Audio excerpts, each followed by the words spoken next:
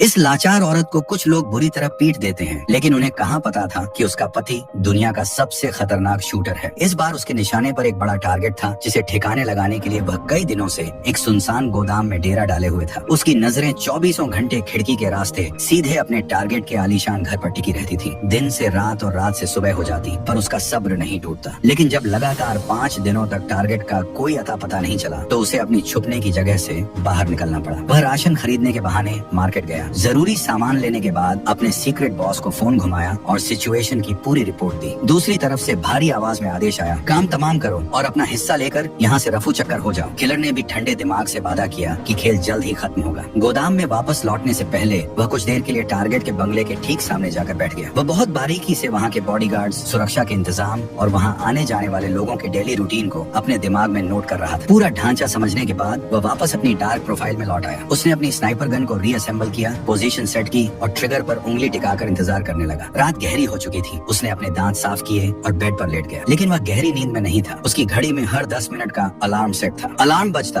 वह उठता, खिड़की से दूरबीन के जरिए टारगेट के घर को चेक करता और फिर लेट जाता। आधी रात के सन्नाटे को चीरती हुई कुछ आहटें उसके कानों में पड़ी। उसने लेंस से देखा, टारगेट आखिरकार घर लौट आया था और इस बार वह अकेला नहीं था, बल्कि अपने साथ एक डांसर को लेकर आया था। किलर ने बिना 1 सेकंड गंवाए अपनी गन उठाई और टारगेट को लॉक कर दिया। बदनसीब टारगेट को इस बात का जरा भी अंदाजा नहीं था कि मौत चंद इंच की दूरी पर उसका इंतजार कर रही है। कमरे के अंदर म्यूजिक बज उठा और वह औरत टारगेट के सामने डांस करने लगी। किलर ने मन ही मन पैंतरा बदला। जैसे ही टारगेट सोफे पर आराम से बैठेगा, मैं खोपड़े उड़ा दूंगा। निशाना बिल्कुल पक्का था। उसने सांस रोकी और ट्रिगर दबा दिया, पर ठीक उसी माइक्रो सेकंड में वह डांसर घूमते हुए अचानक टारगेट के ठीक सामने आ गई। बुलेट सीधे डांसर के सीने को पार कर गई और वह मौके पर ही ढेर हो गई। किलर ने तुरंत दूसरी गोली दागनी चाहिए, लेकिन तब तक धमाके की आवाज सुनकर बॉडीगार्ड्स अलर्ट हो चुके थे और उन्होंने फुर्ती से खिड़की के मोटे पर्दे और दरवाजे बंद कर दिए। निशाना चूक चुका था और मिशन पूरी तरह फेल हो चुका था। एक प्रोफेशनल किलर की तरह उसने पैनिक होने के बजाय तुरंत अपनी गन को पैक किया, कमरे से अपने उंगलियों के निशान और सबूत मिटाए और पुलिस के आने से पहले ही उस अंधेरे गोदाम से हवा की तरह गायब हो गया। वारदात को अंजाम देने के बाद वह एक इलेक्ट्रिक स्कूटर पर सवार होकर भागने लगा। उसने रास्ते में अपने बैग का कुछ सामान बिखेर दिया ताकि पुलिस का ध्यान भटक जाए। शहर की सीमा पार करते ही उसने उस स्कूटर को भी सड़क किनारे लावारिस छोड़ दिया और अब वह पैदल आगे बढ़ने लगा। अपनी पहचान मिटाने का सिलसिला यही नहीं रुका। चलते चलते उसने अपने सिर का हेलमेट एक गहरी नदी में विसर्जित कर दिया और तेजी से एक ग्रोसरी स्टोर के पब्लिक वॉशरूम में घुस गया। उसने फुर्ती से अपनी दाढ़ी साफ की, चेहरा बदला, कपड़े चेंज किए और जाने से पहले पूरे बाथरूम को चमका दिया ताकि उसका एक भी फिंगरप्रिंट या डीएनए का कतरा वहाँ न छूटे। इसके बाद उसने एक टैक्सी बुक की और सीधे इंटरनेशनल एयरपोर्ट का रुख किया। एयरपोर्ट के एंट्री गेट पर पहुँचने से पहले उसने अपनी सबसे वफादार साथीगण को एक सुनसान कचरे के डिब्बे के हवाले कर दिया और टिकट काउंटर की लंबी कतार में जाकर खड़ा हो गया। लाइन में खड़े खड़े अचानक उसकी रीढ़ में एक सिहरन दौड़ गई। उसने देखा कि पुलिस का एक खोजी कुत्ता लगातार उसी की तरफ घूर रहा है। एक पल के लिए इस शातिर कातिल के चेहरे पर भी हवायां उड़ने लगी। पकड़े जाने के डर से वह दोबारा वॉशरूम की तरफ भागा, खुद को अच्छे से सैनिटाइज किया ताकि गन पाउडर की गंध मिट सके। वापस लौटकर उसने फेलिक्स अंगर नाम के एक फर्जी पासपोर्ट और वीजा का इस्तेमाल किया और इमिग्रेशन क्लियर कर लिया। अभी वह फ्लाइट में बोर्ड करने ही वाला था कि उसके फोन की स्क्रीन चमक उठी। उसके सीक्रेट बॉस का कॉल था। फोन उठाते ही दूसरी तरफ से गुस्से का गुबार फूटा। सारा खेल चौपट कर दिया तूने, ये क्या बकवास करके आया है वहाँ?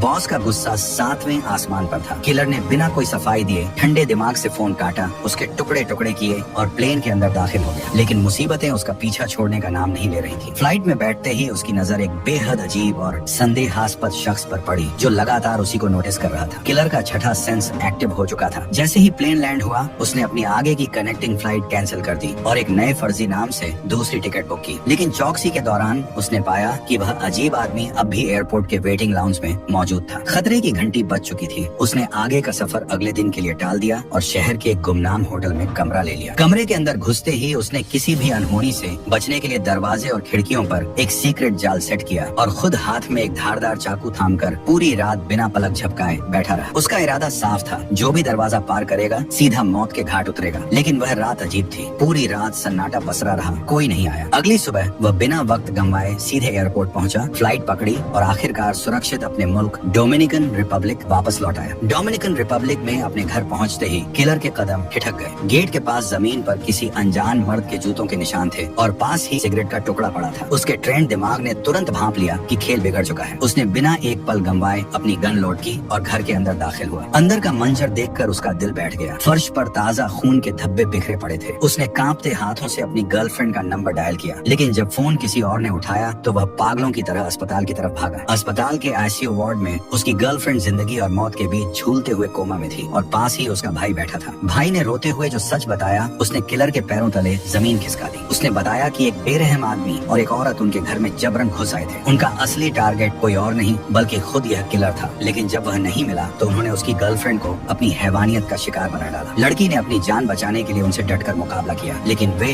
उस पर भारी पड़े। अधमरी हालत में जब वह किसी तरह वहाँ से बचकर भागी तो उसने देखा कि वे दोनों हमलावर एक हरे रंग की छत वाली टैक्सी में बैठकर फरार हो गए। अपनी मोहब्बत को इस हाल में देखकर उस पत्थर दिल कातिल की आंखों में आंसू आ गए। वह पूरी रात अस्पताल के उस ठंडे कमरे में अपनी गर्लफ्रेंड का हाथ थामे बैठा रहा। देर रात जब लड़की को होश आया तो उसने रोते हुए वह खौफनाक दास्तान बयां की। वे मुझे तड़पा रहे थे, टॉर्चर कर रहे थे ताकि मैं तुम्हारे ठिकाने का राज उगल दूं। मैंने सारा दर्द सह लिया लेकिन तुम्हारा सौदा नहीं किया। उसका निस्वार्थ प्यार देखकर किलर के अंदर का शैतान जाग उठा। उसने तय कर लिया कि जिसने भी यह किया है उसकी मौत अब तय है। उसी रात वह अपने घर लौटा और फर्श के नीचे छुपाए हुए हथियारों का एक भारी भरकम संदूक बाहर निकाला। अब वह किसी को बख्शने के मूड में नहीं था। अगले दिन वह अपनी गाड़ी लेकर शहर की सड़कों पर निकल पड़ा। उसके पास उन कातिलों तक पहुंचने का सिर्फ एक ही सुराग था, वह हरे रंग की छत वाली टैक्सी। उसने पूरे शहर का कोना कोना छान मारा, हर चौराहे और गली में उस गाड़ी को तलाशा। जब सीधा रास्ता काम नहीं आया तो उसने अपनी रणनीति बदल दी। आधी रात के सन्नाटे में वह सीधे उस टैक्सी कंपनी के हेड ऑफिस में घुस गया। उसने सीधे मैनेजर के केबिन में दस्तक दी और गन पॉइंट पर उसे बंधक बना लिया। उसने ऑफिस के कंप्यूटर सिस्टम को हैक किया और उस खास रात का पूरा ट्रैवल डेटा खंगालने लगा। उसे उस टैक्सी ड्राइवर का नाम और नंबर चाहिए था जो उन दोनों हमलावरों को उसके घर से लेकर भागा था। जैसे ही स्क्रीन पर ड्राइवर की कुंडली सामने आई, उसने उसकी फाइल प्रिंट की और वहाँ से हवा की तरह गायब हो गया। अगली सुबह वह टैक्सी स्टैंड के बाहर किसी शिकारी की तरह घात लगाकर बैठ गया और ड्राइवर के आने का इंतजार करने लगा। जैसे ही ड्राइवर अपनी शिफ्ट के लिए आया, किलर ने एक पैसेंजर का नाटक किया और चुपके से उसकी टैक्सी की पिछली सीट पर सवार हो गया। उस ड्राइवर को अंदाजा भी नहीं था कि आज उसने अपनी गाड़ी में किसी सवारी को नहीं बल्कि साक्षात मौत को बिठाया है। गाड़ी शहर की सड़कों पर दौड़ रही थी और पीछे बैठा जल्लाद सही मौके का इंतजार कर रहा था। रास्ते में जब ड्राइवर ने कुछ पूछने के लिए पीछे मुड़कर देखा तो उसका हलक सूख गया। पीछे एक ठंडी गन की नली सीधे उसकी तरफ तनी हुई थी। ड्राइवर को लगा कि यह कोई मामूली लुटेरा है, इसलिए उसने तुरंत अपना बटुआ निकाला और किलर के आगे कर दिया। लेकिन इस कातिल को चंद रुपयों की भीख नहीं बल्कि अपने दुश्मनों का पता चाहिए था। उसने गन को ड्राइवर की खोपड़ी से सटाया और कड़कती आवाज में पूछा, उस रात उन 2 पैसेंजर्स को मेरे घर से उठाकर कहाँ छोड़ा था? अपनी जान पर बनी देख ड्राइवर का दिमाग बिजली की तरह दौड़ा और उसने डरते डरते सब सच उगलना शुरू कर दिया। उसने बताया, सर, मैंने उन दोनों को एक प्राइवेट चार्टर्ड एयरपोर्ट से पिक किया था और आपके बंगले तक छोड़ा था। मैं बाहर ही गाड़ी रोककर उनका इंतजार कर रहा था। जब वे वापस आए तो दोनों लहूलुहान और घायल लग रहे थे। खास तौर पर उस आदमी के पैर में बहुत गहरी चोट लगी थी। मुझे लगा बड़े लोग हैं, एयरपोर्ट से आना जाना है, इसलिए मैंने कोई सवाल नहीं पूछा और उन्हें वापस उसी प्राइवेट एयरपोर्ट पर ड्रॉप कर दिया। मुझे मेरे पैसे मिल गए सर, मेरा इस सब से कोई लेना देना नहीं है, मुझे मत मारना। सारे सुराग मिल चुके थे। कातिल के दिमाग में अब उन दोनों दुश्मनों का पूरा रूट मैप साफ था। उसने ठंडे लहजे में ड्राइवर को आदेश दिया, गाड़ी को किसी सुनसान जगह की तरफ मोड़ो। ड्राइवर गिड़गिड़ाने लगा, सर, आप जो कहेंगे मैं करूंगा, मैंने सब सच बता दिया, मुझे छोड़ दो। लेकिन प्रोफेशनल किलर कभी गवाह नहीं छोड़ते। इससे पहले कि ड्राइवर कुछ और समझ पाता, किलर ने उसे मौत की नींद सुला दिया। ड्राइवर का खेल खत्म करने के बाद कातिल ने एक बार फिर अपनी पहचान बदली। एक नए जाली पासपोर्ट और टिकट के दम पर वह सीधे न्यू ऑर्लिन्स जाने वाली फ्लाइट में सवार हो गया। उसका मकसद साफ था, उन दोनों शिकारियों को ढूंढना जिन्होंने उसकी मोहब्बत को लहूलुहान किया था। न्यू ऑर्लिन्स पहुंचते ही उसने अपनी ट्रैकिंग मिटाने के लिए एक वैन किराए पर ली और अपने एक सीक्रेट स्टोरेज हाउस पहुंचा। वहां से उसने कुछ चुनिंदा हथियार, साइलेंसर और नया आईडी कार्ड निकाला। वैन की नंबर प्लेट बदलते ही वह सीधे एक कमर्शियल क्लीनिंग कंपनी, सफाई एजेंसी के दफ्तर गया और खुद को बतौर सफाई कर्मचारी रजिस्टर करवा लिया। वर्दी और सफाई का जरूरी सामान लेकर वह सीधे अपनी ही एजेंसी के हेड ऑफिस यानी अपने सीक्रेट बॉस की कॉर्पोरेट बिल्डिंग के सामने जा खड़ा हुआ। अंदर घुसने के लिए सफाई वाले का भेष सबसे मुफीद था, लेकिन तभी उसे पता चला कि हाई सिक्योरिटी जोन होने की वजह से अंदर जाने के लिए डिजिटल एक्सेस पास की जरूरत थी। वह समझ गया कि जल्दबाजी में गेम बिगड़ सकता है, इसलिए वह सही मौके का इंतजार करने लगा। तभी उसकी नजर एक डिलीवरी वैन पर पड़ी जो बिल्डिंग के अंदर भारी सामान ले जा रही थी। किलर के शातिर दिमाग ने तुरंत एक पैंतरा चला। उसने कचरे का एक बड़ा कंटेनर उठाया और दरवाजे की तरफ इस तरह बढ़ने लगा। अंदर पहुंचते ही किलर ने थोड़ी देर पोंछा लगाने का नाटक किया और जैसे ही डिलीवरी बॉय वहां से हटा, उसने अपनी वर्दी के नीचे छुपाया हुआ हथियार बाहर निकाल लिया। वह सीधे अपने बॉस के केबिन की तरफ बढ़ा। दरवाजा खोलते ही उसकी नजर